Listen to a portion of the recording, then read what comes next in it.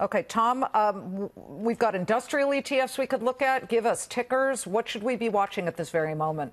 Yeah, a couple things, Liz. We've seen areas of the world that have really gotten beaten up, areas like Brazil, Mexico, Malaysia, the Philippines, all because of the trade wars. Now, we can't argue with the great job that Trump has done. There's a lot of saber rattlings out there, but it seems that he's moving forward to getting some of these deals done. So while these areas of the world have gotten beaten up, and we've got some political restructuring that's going on in some of these countries, take advantage of the sell-offs that we've seen. Some of these areas of the world are still off 70, 80%. So when you look to the iShares Brazil ETF, the Mexico ETF, the Philippines ETF, they're on sale and the PE ratios are in the single digits. So we're seeing a lot of that effect. This Rose Garden meeting should be very positive. The fact that Trump and Putin postponed their camping trip for next year, that's really good as well. So we're seeing good headlines after the fact that we're seeing a lot of bad headlines have negative effects. Bottom line is earnings are great. We're going to have the best quarter that we've seen since Q3 2010. Stand right there, will you, please? And we're bringing in Ivan Feinseth to the conversation. Ivan, of course, is with Tigris Financial Partners. We're waiting on this announcement, obviously, from the president and from Jean-Claude Juncker. But, you know, we've got all kinds of earnings out that have actually been looking pretty good. After the bell, Facebook is coming out. I do want to turn our attention for a second here.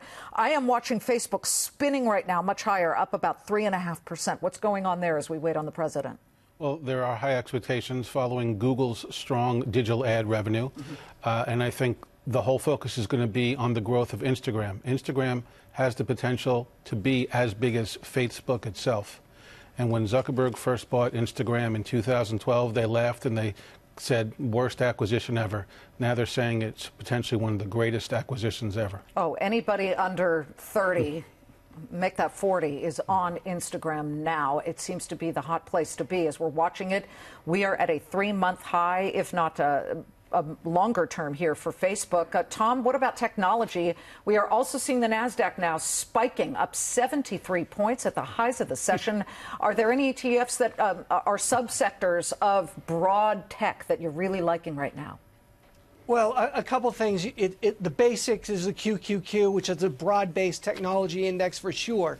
If you want internet buying, not only in the U.S. but around the world, EMQQ. You can pick up not only the Ubers of the U.S., but you can have the Ubers of areas like India or the Amazons of Brazil.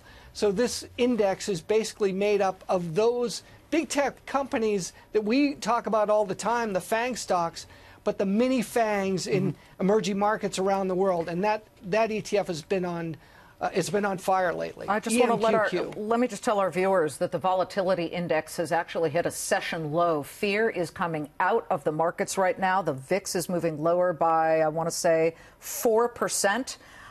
In the news that President Trump has apparently secured concessions from the European Union on a whole host of issues and levels in an effort to avoid the trade war. I'm also seeing some headlines on medical products and equipment where it appears they will be getting some concessions.